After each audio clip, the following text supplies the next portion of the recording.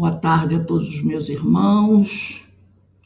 Estamos aqui na Sociedade de Estudos Espíritas Francisco de Assis, Núcleo Jesus Gonçalves, aqui em Petrópolis. Hoje, dia 12 de maio de 2022, quinta-feira, nós vamos dar início ao estudo dessa obra, Diversidade dos Carismas, Teoria e Prática da Mediunidade, do nosso irmão Hermínio de Miranda.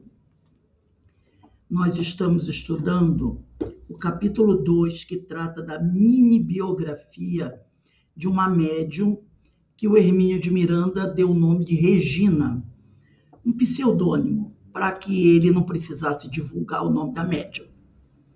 Então, nós vamos hoje continuar a leitura. Nós vamos, na realidade, iniciar o item 21, que tem por título Os Espíritos são Gente. Bastante interessante esse título, né? Os Espíritos são Gente. Hoje eu vou falando devagar. Opa, caiu meu livro. Eu vou falando devagarzinho, porque eu estou com a garganta um pouco problemática. Se eu tiver algum probleminha aqui, eu paro e mando vocês continuarem a leitura, tá bom? Eu vou pedir para Eloá fazer a nossa prece de abertura, por favor, Eloá.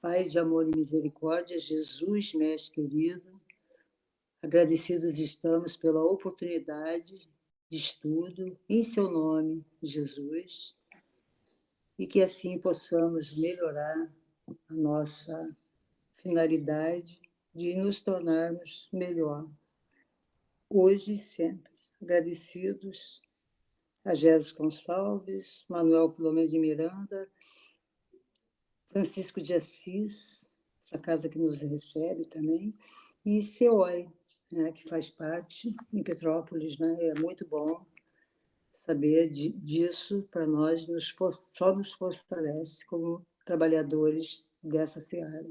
Obrigada pela oportunidade, hoje, agora e sempre, graças a Deus.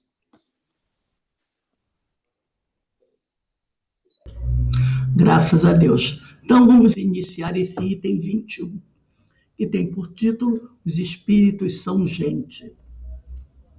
Diz assim o Hermínio de Miranda. Vocês estão me ouvindo bem? O som tá legal? Não precisa aumentar, não? Então tá ótimo. Uma coisa é certa, diz Hermínio. Trabalho mediúnico é atividade séria e não deve ser assumido sem nítida noção de responsabilidade. Uma frase forte, verdadeira e que a gente tem que gravar.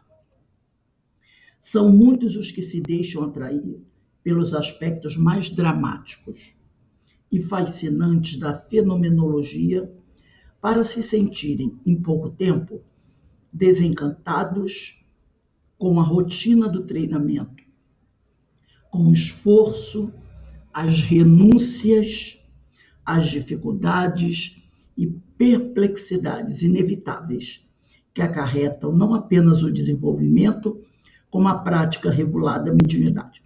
Então, nesse item 21, os espíritos são gente, Hermínio diz aqui nesse segundo parágrafo que são muitos os que se deixam atrair pelos aspectos mais dramáticos e fascinantes da fenomenologia. Então, são muitos aqueles que querem ver o espetáculo, né? Querem ver os fenômenos acontecerem. Querem ver o espírito, como o povo diz assim, o espírito se manifestar. Eles querem isso, né? Mas, quando é avisado a eles que para participar de um trabalho mediúnico, eles precisam se esforçar, estudar, terem assiduidade, terem pontualidade, terem compromisso, né? E com a rotina do treinamento, com o esforço, as renúncias, as dificuldades vão surgindo, logo muitos desses já começam a esmorecer. Né? Então, eles vão abrindo, vão deixando de lado. Então, logo vão se desencantando, porque no início da festa. A gente vê muito isso, sabe quando? Quando a gente começa os estudos no grupo, no início do ano. Durante quase 25 anos eu dirigi estudos no CEOI, e a gente via isso, né? Primeira semana, os primeiros meses, as salas dos cursos lotadas. Quando vai chegando no meio do ano, as pessoas vão saindo, e o curso termina com a meia dúzia de 3 ou 4. Porque o estudo também requer isso, assiduidade, pontualidade, participação. E às vezes as pessoas não estão interessadas. Mesmo aqueles que trabalham na mesa mediúnica ou fazem outro trabalho, como no caso que havia o atendimento fraterno, havia o atendimento espiritual, essas pessoas tinham que ter uma responsabilidade, uma participação nos estudos. Elas gostavam muito de fazer o trabalho, ir para a mesa, para o tratamento, mas na hora de fazer o estudo já começava esse tipo de problema, né? Então ele diz aqui, médiuns em formação, levados por impulsos emocionais ou sonhando com a posição de veículos de importantes revelações e fenômenos inusitados, logo se decepcionam. Afinal de contas, como assinala Buddington, acabam descobrindo que os espíritos não são brinquedos infantis, mas indivíduos dotados de um claro propósito na vida e que escolhem seus médiuns como a melhor instrumentação para alcançar os objetivos que têm em mente. Então, eles são gente como a gente. Eles também têm um propósito na vida, né? E quando eles escolhem os médiuns para trabalharem com eles, é porque eles têm um objetivo a alcançar. E aquele médium é importante para que ele alcance aquele objetivo. Ontem nós começamos o estudo das obras de Emmanuel. Nós estamos iniciando com o estudo do livro Emmanuel, que é o primeiro livro que foi psicografado por Chico, né? Da Lavra de Emmanuel, então é o nome dele. Nós vimos ali, nós estudamos as 2 introduções e o capítulo 1. Nós vimos ali o compromisso de Emmanuel, o compromisso que Emmanuel tem em relação à humanidade, em relação à evangelização das pessoas, a auxiliar as pessoas a progredirem, a evoluírem. Esse é o grande compromisso dele, né? Agora, quem é o médium que ele escolheu? E nós lemos, tem 2 introduções. Uma é de Chico e a outra é de Emmanuel. E o Chico fala, em 1931, que o Chico conheceu o Emmanuel, que o Emmanuel se aproximou dele. Então, Emmanuel escolheu o Chico como instrumento para que ele, Emmanuel, pudesse alcançar os objetivos que ele tinha em mente.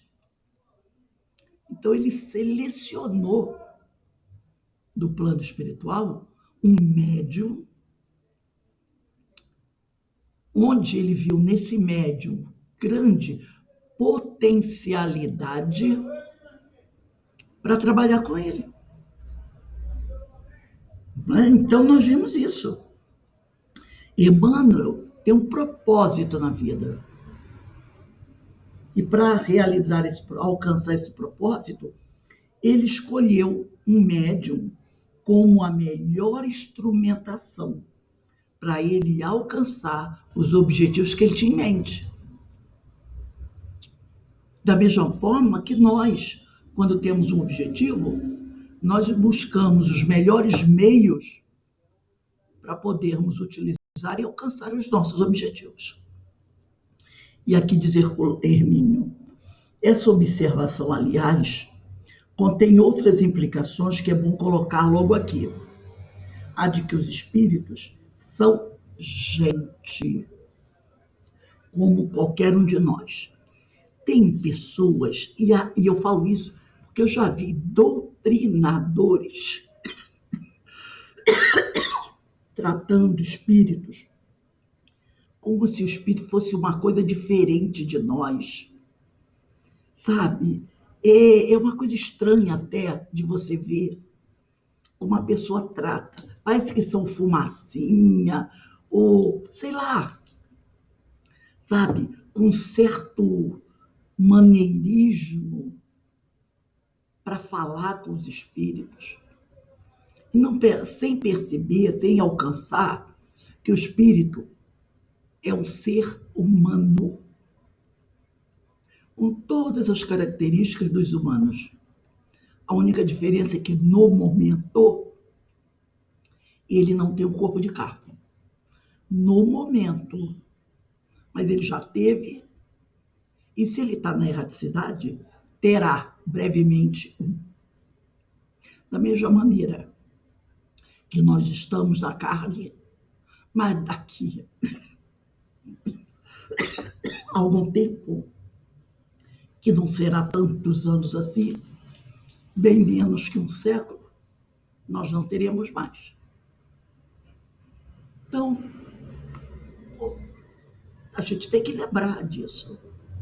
Então, aqui o Hermínio diz assim: os espíritos são gente como qualquer um de nós, embora alguns estejam colocados muito patamares acima de nós. Claro, alguns são elevados, mas também tem outros que estão colocados vários patamares abaixo de nós. Tá? Lembrando disso também. Tem nossos irmãos espirituais que estão muitos níveis abaixo de nós. E vão ter que ainda que andar muito para chegar no nosso nível evolutivo. Porque é assim que a coisa funciona. E ele diz aqui, enquanto outros estão 2 ou 3 degraus abaixo. E até muitos mais degraus abaixo também. Não se... Me desculpa. Oi? Eu estou perdida. Não sei que página você está, em que... É o item 21, os espíritos são gente. Ela caminhou muito. O espírito? Os espíritos são gente. Item 21. Os espíritos são gente. Eu estou no 1, 2, 3, quarto parágrafo. Ok, obrigada, tá, gente? Desculpa, boa noite. Aí ele diz aqui, né? Eu vou repetir novamente o quarto parágrafo. Essa observação, aliás, contém outras implicações que é bom colocar logo aqui. A de que os espíritos são gente, como qualquer um de nós. Embora alguns estejam colocados muito patamares acima de nós, enquanto outros estão 2 ou 3 degraus abaixo. Ou então podem estar até 5, 6, 7, 8 degraus abaixo. Não se trata de expor uma hierarquia de valores para exaltar alguns e denegrir outros. Isto é uma realidade pura e simples que é bom admitir logo, para facilitar as coisas. É igual nós vivemos hoje em dia. Tem pessoas que têm muito mais qualificações, têm muito mais conhecimento do que nós. E tem outros que não têm conhecimento nenhum. São pessoas, muitas vezes, semi-analfabetas. pessoas, vou usar a palavra, mas não no sentido de denegrir, no sentido de não conhecer, pessoas muito ignorantes, que não têm o conhecimento, não é? Que mal sabem, não sabem quase nada. Então é assim a vida, é no plano espiritual e aqui. O ser superior que comparece para trazer a colaboração da sua sabedoria e bondade não é um semideus, que deve ser ouvido e seguido servilmente como um guru infalível, e sim uma pessoa humana que merece nosso maior respeito, a mais doce afeição, que nos inspira confiança. Então, aquele amigo espiritual que vem estar conosco, alguns patamares acima de nós, é uma pessoa humana como eu, como vocês. Merece o nosso respeito. Mas os espíritos sempre dizem, né? Não importa o nome do espírito, nem o grau de evolução dele. Analise, investigue, observe tudo que ele falar. Não aceite de pronto. Nossa, é seu fulano de tal. E daí? A espiritualidade recomenda. Não acredite pelo nome. Analisa as palavras dele. É nossa obrigação. E se ele é superior mesmo, ele vai apoiar isso. Se ele disser que está duvidando de mim, e ó, alguém já tropeça, já caiu do degrau da escada. Entendeu? Porque isso é uma recomendação deles.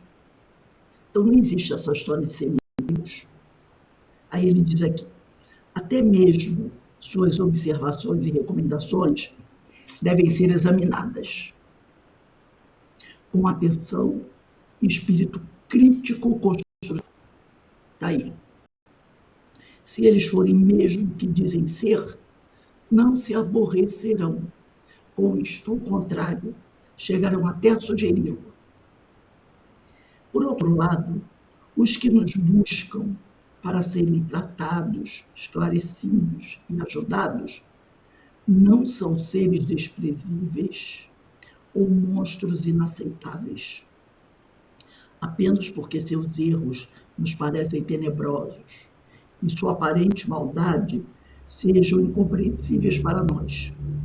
São seres humanos também, mergulhados em equívocos lamentáveis, de que, no fundo, desejam sair, mas não sabem como nem por onde. Oi, Verinha, você quer falar alguma coisa? Tudo bem. Então, gente, é aquela coisa, nem o espírito muito evoluído é semideus, e nem aquele mais difícil, mais rebelde, é um monstro. São irmãos equivocados. São equivocados, tá? Mergulhados em equívocos lamentáveis, mas até desejam alguns sair dessa situação, mas eles não sabem nem como fazer isso. Tem um livro aqui, eu até pedi a vocês para depois pegarem, Missionários da Luz. Esse livro eu não pedi para vocês pegarem, porque pouca gente tem. Esse livro aqui é da FEB, Trabalho Mediúnico, Desafios e Possibilidades, do Carlos Campetti e Vera Campetti, tá? É um livro muito bom mesmo. Carlos Campetti e Vera Campetti, Trabalho Mediúnico, da publicação da FEB. E aqui, no capítulo 1, tem uma informação muito interessante que diz assim, é o capítulo 1.2.1. Por que os espíritos necessitam de atendimento mediúnico? Porque aqui ele está falando desses irmãos, né? Que muitas vezes a gente considera como seres horríveis no plano espiritual ou então encarnados. Então, ele vai falar aqui por que eles necessitam de atendimento mediúnico.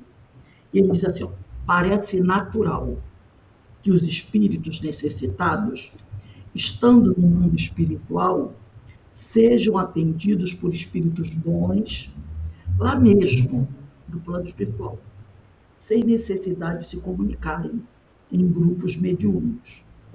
Em realidade, a atividade mediúnica não é imprescindível para os espíritos necessitados. André Luiz nos auxilia a compreender o assunto quando pergunta a Alexandre. Tem um trechinho aqui do livro Missionários da Luz. Esse trecho que aparece aqui. Ah, não está no livro de vocês. Aí, como eu falei para vocês, pegarem Missionários da Luz, capítulo 17. No Missionários da Luz, capítulo 17 chama-se Doutrinação.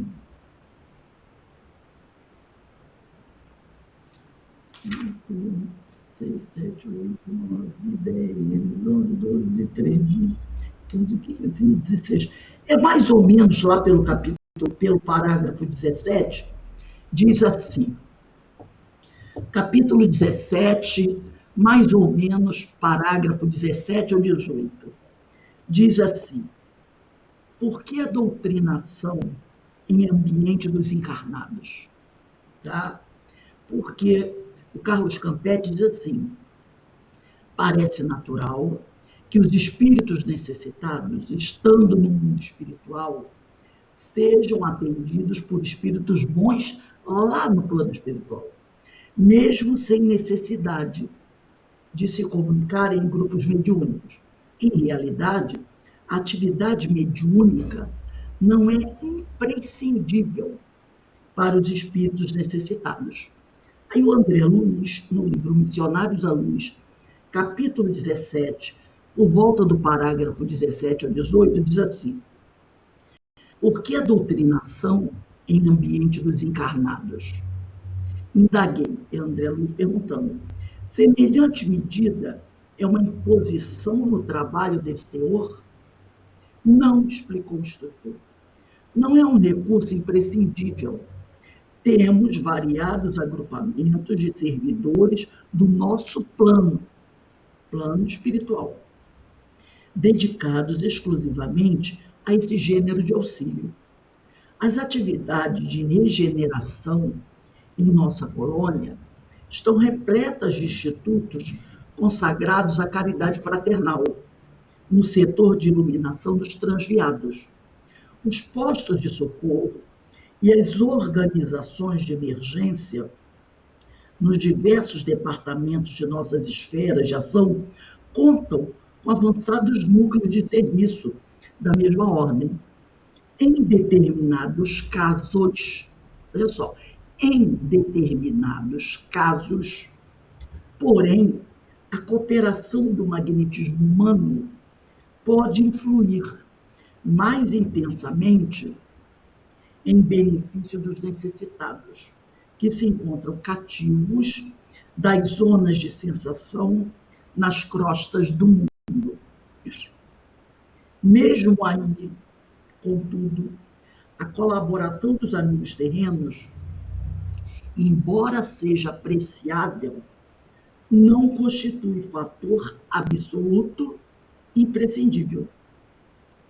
Então, o contato com o ser humano encarnado não é imprescindível para o socorro ao desencarnado. E ele diz aqui, mas quando é possível e útil, valemos-nos do concurso de médiuns e doutrinadores humanos, não só para facilitar a solução desejada, que é o socorro ao espírito em desequilíbrio, senão também para proporcionar ensinamentos vivos aos companheiros envolvidos na carne, despertando-lhes o coração para a espiritualidade.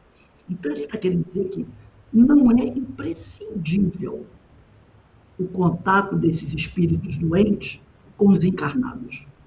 Mas, às vezes, para poder dar uma solução mais rápida ao problema, né, no que tange ao socorro ao espírito de desequilíbrio, esse contato é bem útil.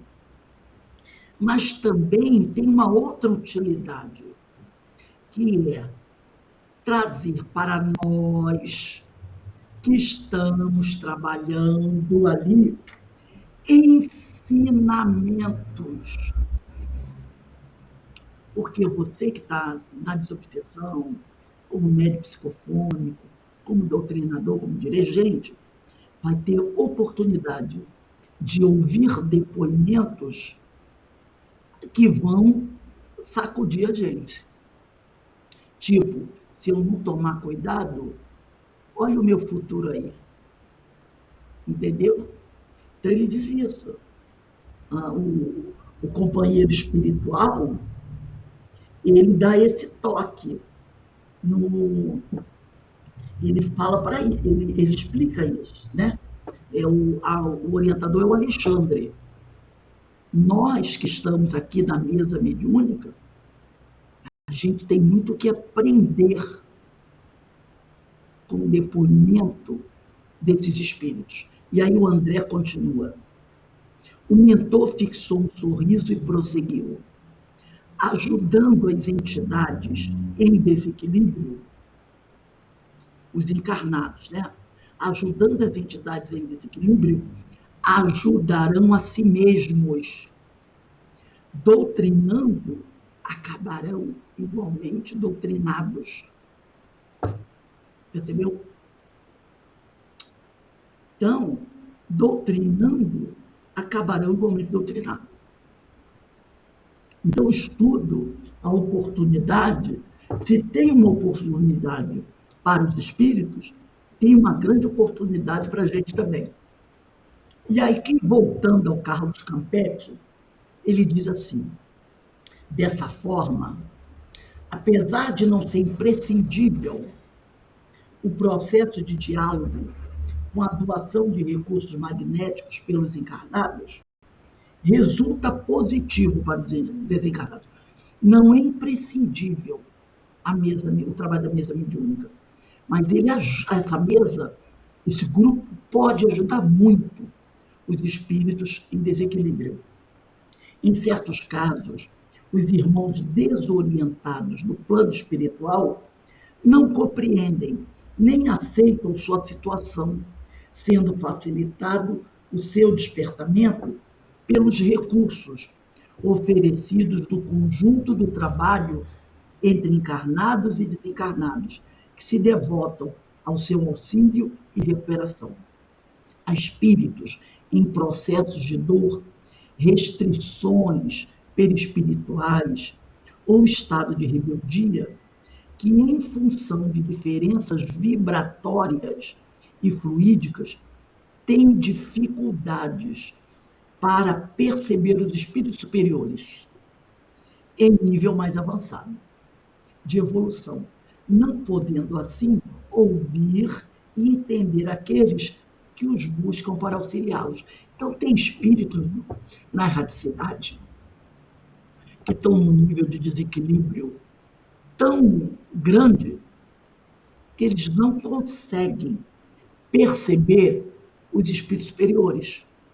E como não conseguem perceber, eles também não conseguem ouvir o que eles têm a dizer, porque a diferença vibratória é muito grande. Mas eles conseguem perceber e ouvir as nossas palavras, compreender os nossos pensamentos. Por que será, hein? Por que será que eles conseguem nos perceber, nos ouvir, tá? Mas não conseguem perceber um espírito em nível mais avançado de evolução? E aquele espírito vai ter dificuldade de se fazer compreender por ele. Mas aí vai a gente lá doutrinar, e mesmo ele estando alguns degraus abaixo de nós, ele nos percebe, ele nos ouve, ele nos entende e conseguem ser ajudados. Será que ninguém sabe por quê? É coisa para a gente pensar um pouquinho, né? Então, daí, apesar do tratamento junto a nós não ser uma coisa imprescindível, nós podemos ajudá-lo.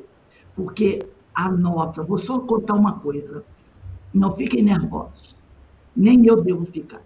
A nossa semelhança com eles é muito maior do que a com os elevados, os muito elevados. Não é? E aí, eles podem nos perceber um pouquinho mais. Esse livro, gente, é muito bom. Quem tiver a chance de comprar lá da Federação, é muito bom esse livro. Agora vamos voltar à Universidade dos Carismas. Aí ele diz aqui, o médium que os receber, quer dizer, o médium que conseguir, que trabalhar na mesa, que receber esses espíritos, sentirá o impacto de suas paixões e desarmonias. E poderá até ficar com resíduos vibratórios penosos depois que eles forem, entre aspas, desligados. Mas não nos esqueçamos, jamais, de que são companheiros de jornada evolutiva, em situação de aflitivas angústias, e que nos procuram, porque precisam de socorro, embora não o reconheçam, e nem queiram admiti-lo. Igualzinho a gente, né? O sujeito está precisando de ajuda, mas não quer dar o braço a torcer. Não são nada diferentes do que fomos e ainda somos em grande parte. Hoje, eu vi uma matéria na televisão sobre esse tipo de coisa aqui. Porque ontem, a polícia em São Paulo fez uma investida na Cracolândia. E é uma coisa muito triste. Quem viu a matéria, que coisa triste. Milhares de pessoas desequilibradas, desesperadas, doentes. É lógico que muitos traficantes estão presos, pessoas que se aproveitam daqueles doentes, mas a grande maioria são de doentes, pessoas que são dependentes químicas, doentes. Esses companheiros que estavam lá, muitos foram, vamos dizer assim, o grupo de assistência social, que foi junto com a polícia, foi conversar com eles. Os entrevistou, hoje a matéria apareceu novamente. E o policial falou que alguns aceitam ajuda, aceitam serem levados para serem atendidos, mas outros não. Então, eu vi a jornalista entrevistando um hoje, ela perguntou, e o senhor, está tudo bem? Você olha para a pessoa, você vê que não tem nada a ver. Não, está tudo bem, está tudo bem. O senhor não quis ir para receber? Não, estou bem aqui. Aí entrevistou uma moça, meu Deus, a criatura está numa situação lastimável. Aí ele perguntou, você não quis ir lá para receber ajuda, lá onde vai... Não, é muito longe, eu não fui não. Aí você pergunta, aquela criatura tem onde viver? Não, ela vive na rua. Então, o que é muito longe para ela? Se ela vai ser levada para uma instituição, onde ela vai ter uma cama, vai poder tomar um banho, usar uma roupa limpa, receber um atendimento médico. Mas ela diz que não quis, não se interessou, porque ficava muito longe. A gente sabe que aquilo é uma desculpa. é claro, né?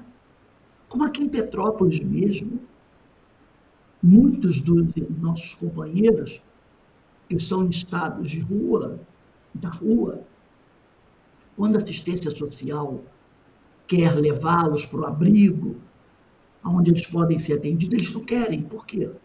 Porque lá no abrigo eles têm que seguir regras. Não podem beber, não podem usar drogas, não podem ter relacionamento sexual, entendeu? Tem horário para dormir. Eles têm que fazer algumas, eles não querem. Então, é como ele falou aqui, eles não aceitam ainda, não aceitam ajuda, né? Eles acham que não precisam de socorro, porque ou não reconhecem que precisam, ou não querem admitir que precisam.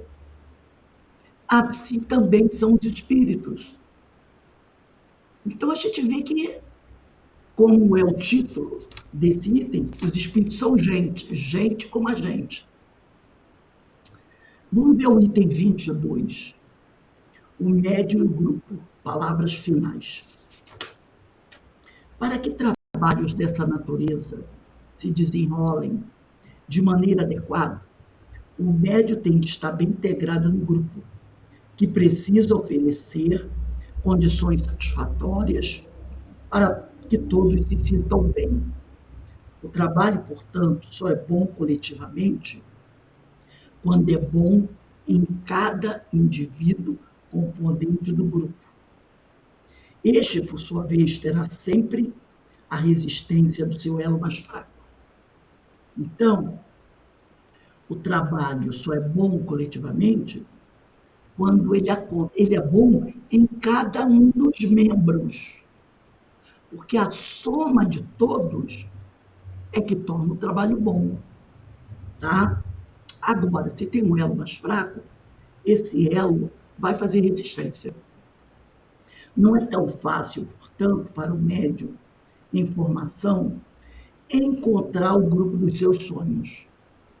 Mesmo porque, na maioria das vezes, ele nem sabe ao certo quais são as condições ideais para o trabalho que pretende realizar. Ana Paula, você pode continuar lendo para mim? Posso sim. Se as suas faculdades estão ainda na fase inicial, estão me ouvindo? E necessitam de assistência competente para se desenvolverem corretamente, suas dificuldades de adaptação talvez sejam menores, desde que tenha a felicidade de encontrar um bom grupo, porque se instruirá dentro dos padrões ali adotados. Se já está desenvolvido a ponto de poder participar das tarefas mediúnicas em andamento ali, poderá ter dificuldades bem maiores, como vimos no caso de Regina. Vai comentar alguma coisa, Rose? Continua? Tá. Com a dose certa de boa vontade, de compreensão de parte a parte, tais arestas poderão ser eliminadas.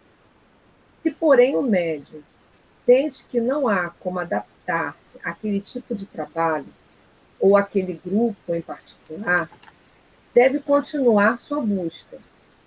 Do contrário, sua maneira específica de exercer a mediunidade estará acarretando problemas para o grupo, que prefere trilhar outros caminhos, como também o modo de trabalhar do grupo estará sempre criando nele um confronto que gera desconfortante mal-estar e até mesmo conflitos mais sérios que precisam ser evitados.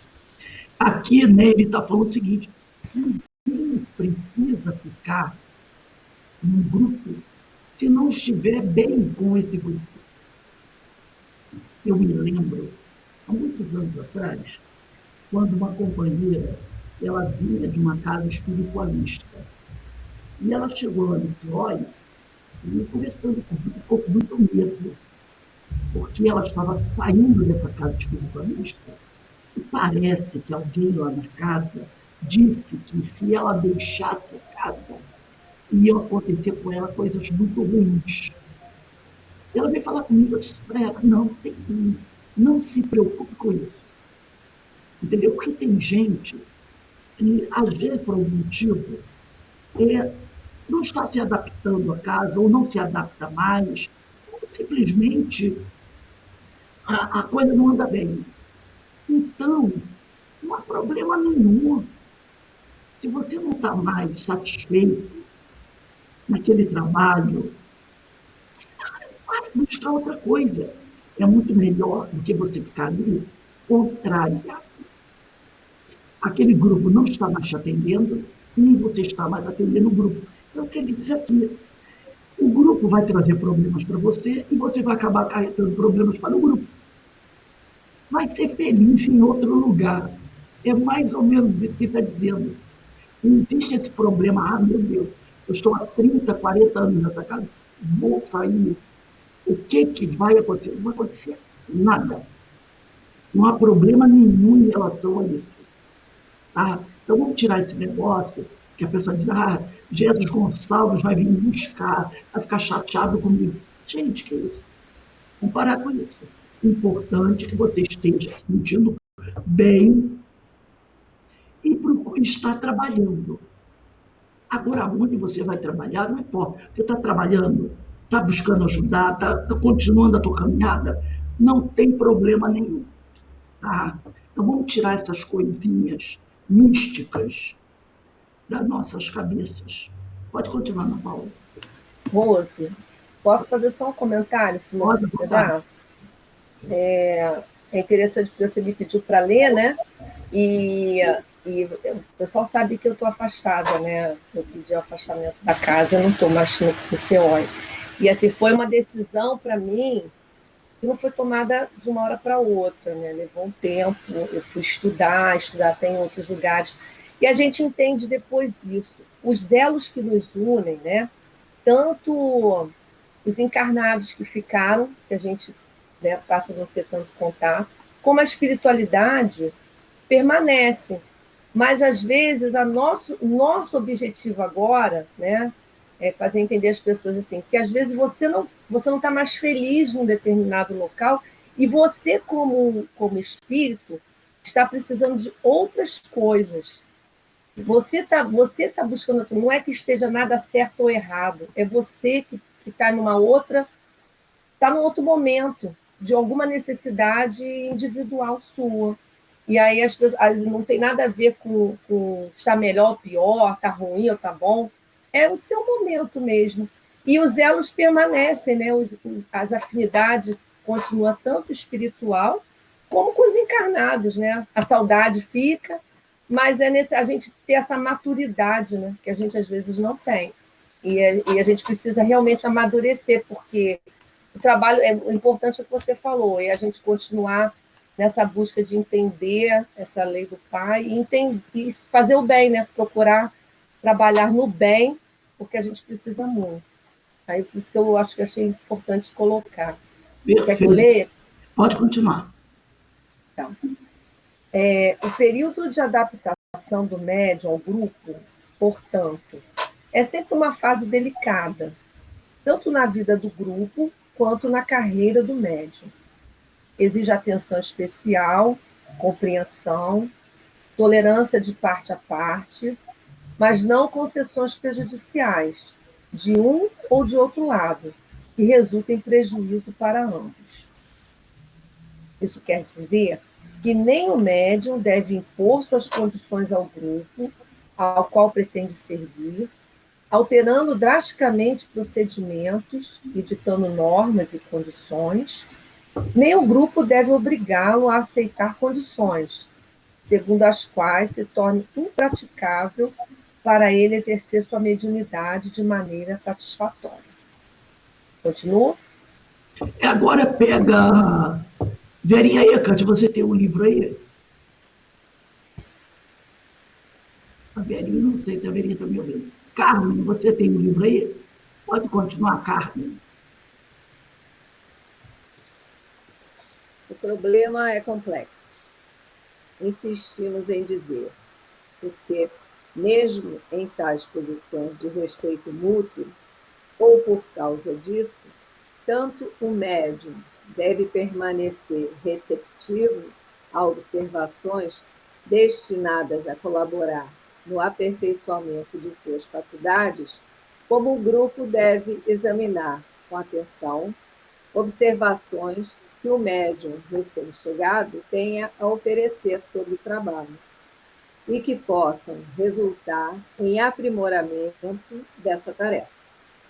Se cada um se fecha em sua torre de marfim e fica expedindo decretos-leis irrevogáveis e indiscutíveis, não há como se chegar a um entendimento. Sei que é difícil acolher críticas, mesmo justas, mas nós só evoluímos mudando, só melhoramos corrigindo defeitos e equívocos. Um pouco de humildade de parte a parte é a única fórmula satisfatória e fecunda. Aí eu me lembro quando a Rose deu aquele exemplo de Kardec, quando ia visitar as casas espíritas lá na França, e que muitas vezes ele era perguntado, né, que lado que ele ficaria, que grupo ele apoiaria e tal, tal, tal. E aí ele dizia, o mais humilde, eu estou com o mais humilde, mesmo com razão ou sem razão. E é isso aqui que está falando aqui, que a gente precisa de humildade para tudo, para tudo. Não é nosso propósito, neste livro, expor um plano sistemático de trabalho destinado ao desenvolvimento das faculdades mediúnicas. Já que estamos, porém, discorrendo sobre a fase inicial do exercício mediúnico, parece oportuno acrescentar alguns comentários adicionais para finalizar este módulo do livro.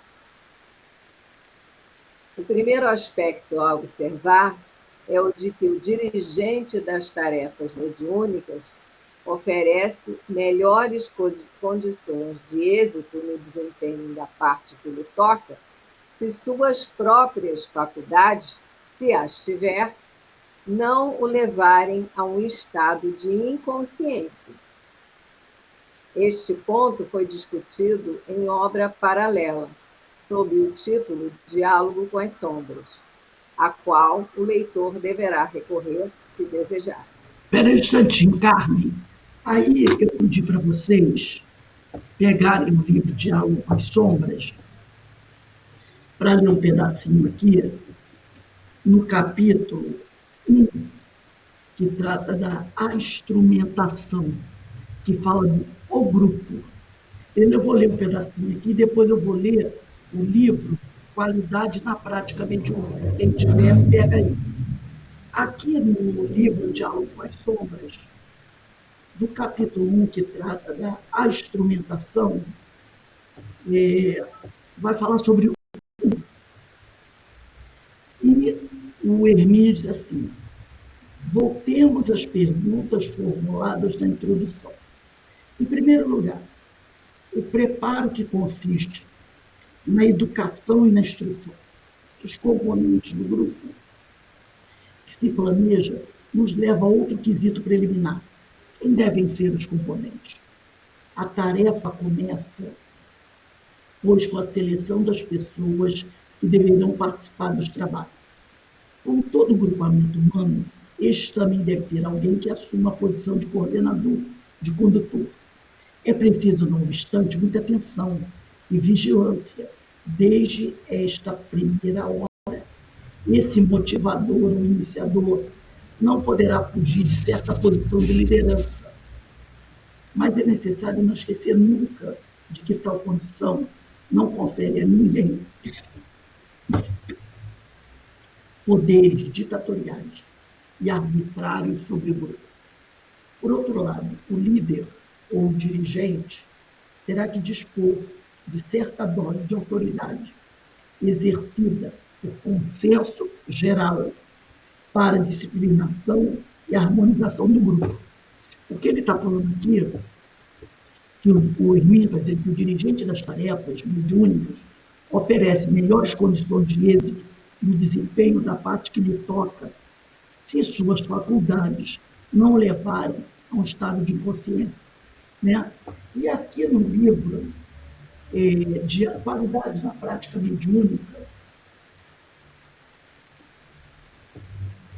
no capítulo qualidade na prática mediúnica, o meu é a questão 87, que fala do dirigente, item 87.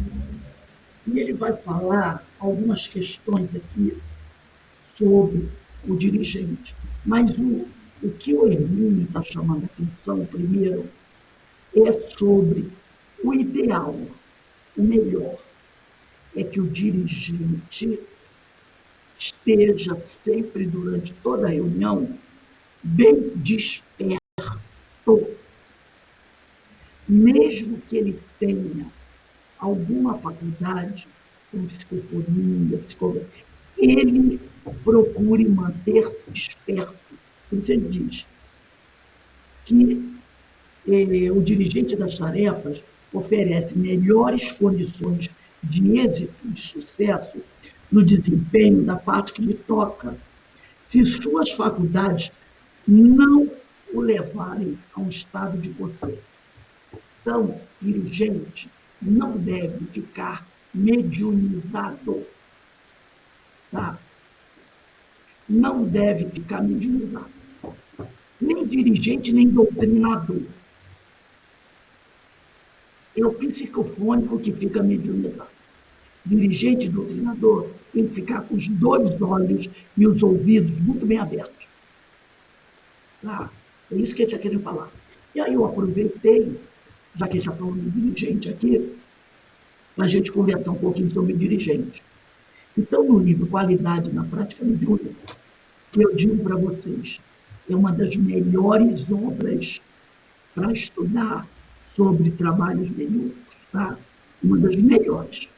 Na questão 87, é feita a seguinte pergunta: e o dirigente, de que elementos se servirá para se autoavaliar?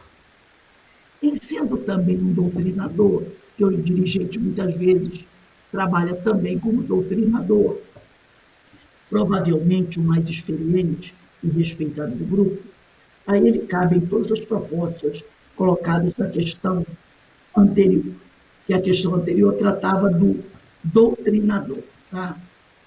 Que é justamente a questão 86. E aí ele diz aqui: todavia, uma importante qualidade adicional ao dirigente se impõe vivenciar a liderança que dele deverá ser natural, aquela que não é imposta por ordenações de natureza transitória, política, por exemplo, mas que venha do mundo espiritual e que assim seja percebida e aceita pelo grupo. André Luiz, espírito, propõe, com base psicológica para o trabalho do dirigente em relação ao grupo, a ideia de um pai. Isso nos sugere a qualidade fundamental de um genitor, a equanimidade, a sabedoria de quem sabe distribuir atenção e apoio para com todos os filhos, que se alimentam de suas orientações experientes e crescem amparados na exemplificação firme de quem se lhes devota sem restrições. Por isso é justo que estabeleçamos como indicativo de qualidade principal do trabalho do dirigente a condição de progresso de toda a equipe. Ana Paula, você pode continuar aí para mim? Posso.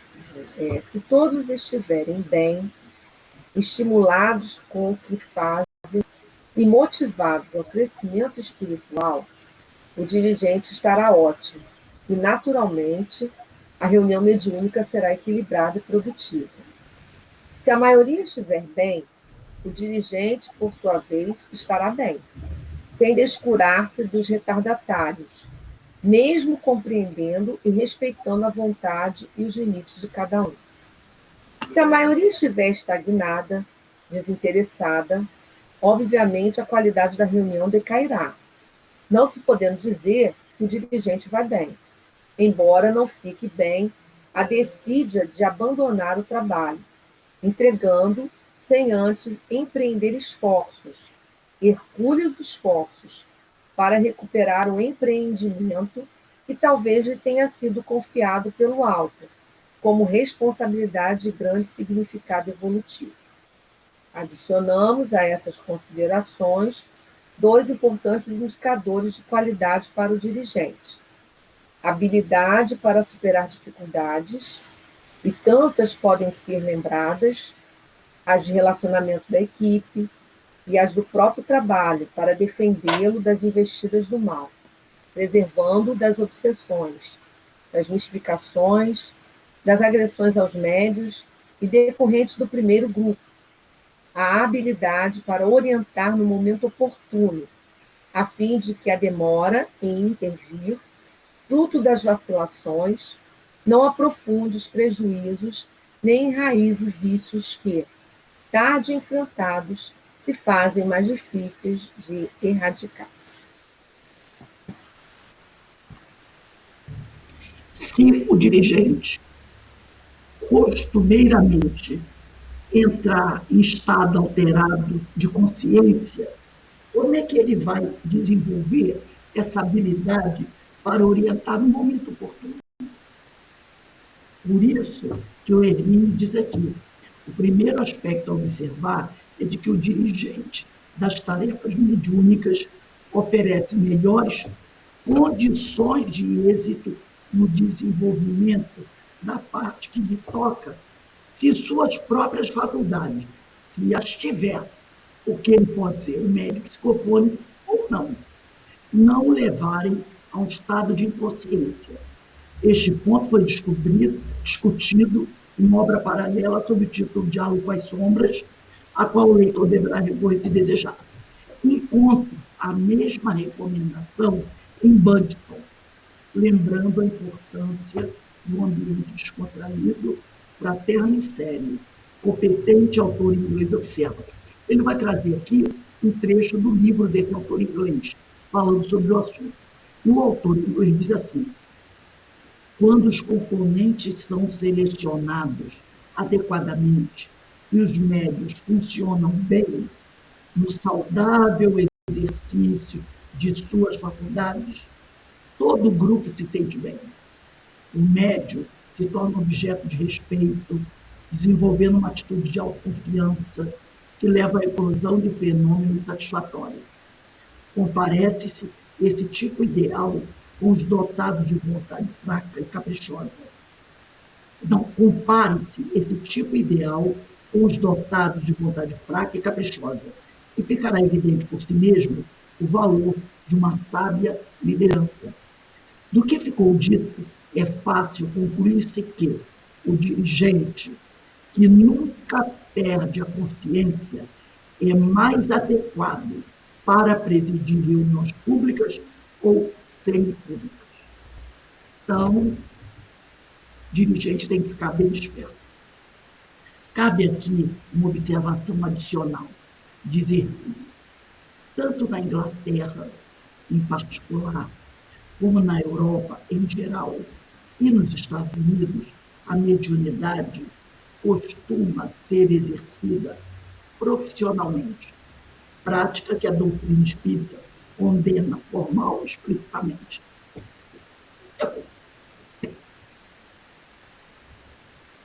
Na Europa, como nos Estados Unidos, eles cobram. O Bira mesmo, uma vez contou para mim que ele foi fazer um trabalho numa casa espírita, e que na saída tinha uma caixinha onde as pessoas colocavam moeda, colocavam dinheiro, que era para pagar a entrada na casa espírita. E lá é muito normal consultórios com médiuns que cobram pela consulta. Então, na Inglaterra, como ele diz aqui, na Europa e nos Estados Unidos, a mediunidade costuma ser exercida profissionalmente. Já a doutrina espírita condena isso totalmente. Então, que ninguém queira botar uma portinha, né, para exercer essa atividade profissional. A doutrina condena isso. Aí ele diz aqui, são comuns naqueles países verdadeiros espetáculos mediúnicos para um público pagante, com as inevitáveis características de show, em que médiuns famosos se apresentam distribuindo mensagens aos espectadores. Sem dúvida, ocorrem ali identificações e são transmitidos recados autênticos. Porque a pessoa vai dizer, isso é mistificação. Não. Espíritos trabalham ali. Espírito, como tem aqui também. Às vezes a pessoa bota uma portinha lá, uma plaquinha. Caso, descaso, trago a pessoa amada em 24 horas a seus pés. Ainda tem isso aí. A seus pés. Porque se não for a seus pés, eu não quero. Vai demorar 24 horas, não vai trazer meus pés. Então, tem esse tipo de coisa. A pessoa vai dizer assim, isso é mistificação. Muitas vezes a pessoa que está trabalhando ali é médium, sim. E tem espíritos auxiliando ela no trabalho. Como? Há espíritos que pensam como ela. Simples. Lembra que a gente já falou que a mediunidade não depende da moral? Você tem médiuns moralizados e médiuns não moralizados. Você tem mediunidade com Jesus e mediunidade sem Jesus. Entendeu? Então, o fenômeno é verdadeiro? É. É verdadeiro. É o que ele está dizendo aqui. Tais fenômenos podem impressionar favoravelmente um ou outro espectador e levá-lo ao estudo mais aprofundado da questão. Então, lembra quando Kardec foi convidado a assistir um show de mesas que pulavam, batiam? Ele, ao perceber o que estava acontecendo ali, buscou estudar com profundidade aquele fenômeno. E outras pessoas simplesmente assistiram durante algum tempo e deixaram para lá. Em Kardec, assistir aquelas situações, reuniões, aconteceu isso. Levou a ter um interesse de pesquisar o fenômeno. E aí continua aqui o Hermínio. Mas isso não retira a exibição inequívocas características de espetáculo público de diversão, mais ou menos inconsequente. É por isso que Budton se refere a sessões públicas, porque algumas tinham plateia. O certo, contudo, é que ele não acha conveniente entregar a direção de trabalhos mediúnicos a pessoas que também estejam sujeitas a entrar em estados inconscientes de transe. E neste ponto, no ponto de não adotar dirigentes mediunizados, estamos de acordo. Nesse ponto, ele está de acordo com o Budton, que o dirigente não deve estar mediunizado, que o dirigente tem que estar desperto. Aí eles, nesse ponto, estamos de acordo. Não, porém, em tolerar a mediunidade remunerada convertida em atração de palco. Então, ele concorda com o Budton na questão de que o dirigente deve estar desperto, mas ele não concorda com a história de ter público, show, cobranças, né, da mediunidade. Em vez de palco, eles preferem uma expressão eufemística, designando o local de onde fala o médium pelo nome de plataforma. Então, para não usar lá na Europa, a palavra palco, show, eles chamam de plataforma, né?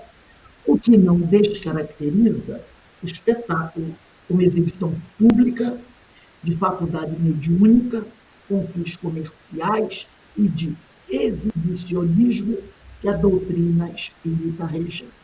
Então, lá na Europa, Estados Unidos, eles não usam, né, a palavra show, para ter o espetáculo, não. Eles preferem usar uma expressão chamada plataforma. Venha participar da plataforma, um negócio assim. Mas ele diz que não é porque você muda o nome que não está caracterizado em ser um espetáculo, ou uma exibição pública da faculdade mediúnica ou fins comerciais e de exibicionismo, que a doutrina espírita rejeita. Aí vem, a gente vai encerrar por aqui, aí vem aquela questão. Esses espíritos que vivem na Europa, que vivem nos Estados Unidos, né, no Reino Unido, eles serão responsabilizados por isso? De certa forma, sim. De certa forma, sim. Não é? Agora, aqui no Brasil, aonde, desde os tempos mais antigos, nós estudamos a doutrina, e esse ponto sempre foi colocado como não aceito, a responsabilidade não é. Porque na Europa, nos Estados Unidos, eles não estudam a doutrina como nós aqui estudamos. Então, essa ideia de não cobrança dos livros, né, da maioria dos escritores doarem a arrecadação da venda dos seus livros para a caridade, começou lá com Chico, que desde o primeiro livro que ele publicou, que é Parnaso do Além-Túmulo, o primeiro livro, ele já foi orientado a quê? Dar o dinheiro para a caridade. Não fica com esse dinheiro, primeiro porque o autor do livro não é você. Não é seu aquela obra. Se você ficar com dinheiro, você está se apropriando de algo que não te pertence. Você é apenas um instrumento. Então, dá esse dinheiro, não se complica. Já na Europa e nos países, eles não estudam a doutrina como nós estudamos. Eles não têm, agora, de poucos anos para cá, que nos Estados Unidos, na Europa, eles começam a se aprofundar mais no estudo doutrinário. Já que nas Américas, Brasil, América do Sul, a Argentina tem um movimento espírita bem forte, é que esses estudos são mais profundos. Então, a quem muito foi dado, muito será cobrado. Para eles é uma coisa quase como cultural. A gente até vê em filmes, não é? Uma casa tem um negócio, aí manda chamar uma médium que tem um escritório, né? Aí lá vem a médium com os auxiliares dela, bota televisão, máquina de filmar dentro de casa. Lembra quem viu Poltergeist? O que era só? Lembra do Poltergeist? Vê uma equipe, instala um monte de aparelhos dentro de casa, tem aqueles casos. É um trabalho profissional. Ela é uma médium, mas ela tem toda uma equipe no seu entorno que trabalha para fazer aquilo. E ela cobra. Ela cobra. Ela é médium? É. Então, nos Estados Unidos é comum ter uma empresa que faz esse trabalho. Visita as casas onde certos fenômenos estão acontecendo para tentar fazer a limpeza na casa. Tem vários. Isso se retrata nos filmes, porque eles encaram isso de uma outra forma, diferente de nós. Então, o Hermínio diz isso, ele não concorda com isso, porque a doutrina condena isso. Agora, se eles não têm esse conhecimento como nós, a cobrança, a exigência é para quem tem. Então, nós não podemos aceitar esse tipo de coisa, de jeito nenhum. Agora, devemos concordar com o Buntington, como o Hermínio diz, que o ideal é que o dirigente não trabalhe mediunizado. Que ele fique de olhos bem abertos para que ele possa perceber tudo o que está acontecendo ali. E o doutrinador também. Já pensou um doutrinador mediunizado doutrinando o espírito? Que confusão vai dar? São 3 pessoas fazendo trabalho. É o 4, é o espírito, é o médium, o doutrinador e o espírito que está mediunizando o doutrinador. É uma bagunça. É uma bagunça. Então, o dirigente, doutrinador, tem que ficar bem de olhos abertos e ouvidos abertos. Então, semana que vem, a gente vai estudar o item 16, o item 23, que é a concentração. Tá bom? Então, vamos. Alguém gostaria de comentar alguma coisa, falar alguma coisinha sobre isso que nós estudamos hoje?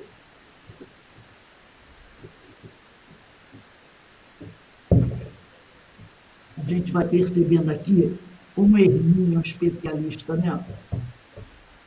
Tem um conhecimento muito profundo. E esse livro aqui dele, ó, muito bom, é um clássico, Diálogo com as Sombras. Como aquele do Divaldo, pelo Espírito Manuel Filomeno de Miranda, Nos Bastidores da Obsessão. Também é um espetáculo. A primeira parte dos Bastidores da Obsessão é uma aula sobre obsessão. Tem um capítulo inicial chamado Exórdio. Se você estudar aquele capítulo todo e não quiser depois ler a história, tudo bem, porque ele faz um capítulo só tratando de obsessão. Depois é que vem, capítulo 1, começa a história. Se você não quiser ler a história, tudo bem. Lê só esse Exórdio, que já tá muito bom para você. Então, ninguém tem nada para falar, né? Então, nós vamos encerrar nossa reunião agora, e eu vou pedir para a Verinha fazer a nossa prece de encerramento. 18h30, a Denise vai entrar com o livro O Estudo dos Ensinos de Jesus.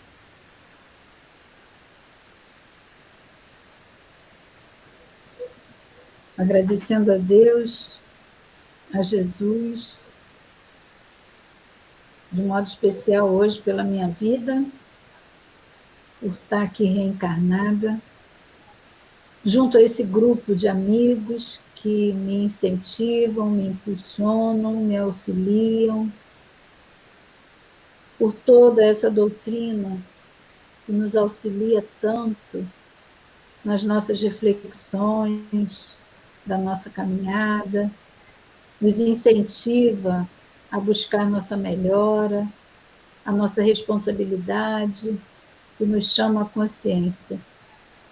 Obrigada, Jesus, obrigada, Jesus, obrigada, Francisco, pela oportunidade de nos reunirmos em teu nome, mas, acima de tudo, em nome de Deus, para que possamos estudar, crescer e nos aproximarmos cada vez mais da vontade do nosso Pai querido, do nosso Pai maior. Graças a Deus. É hoje é aniversário da nossa amiga, né? Mais uma primaverinha que ela está fazendo, né? Parabéns, amiga. Que Deus te abençoe sempre. Mais uma. Mais uma. Muitas mais virão. Graças a Deus. Obrigada, sogra. Que amanhã estaremos aqui. Se Deus quiser. Beijo, beijo, gente. Boa noite. Está ficando mais bonito, hein? A idade está te favorecendo. É verdade. Não é? Um abraço, viu, no coração. Obrigada. Beijo. Abraço a todos aí. Boa noite para todos. Daqui a pouco a gente se vê. Boa noite. Tchau. Um beijo para todos. Parabéns, Verinha.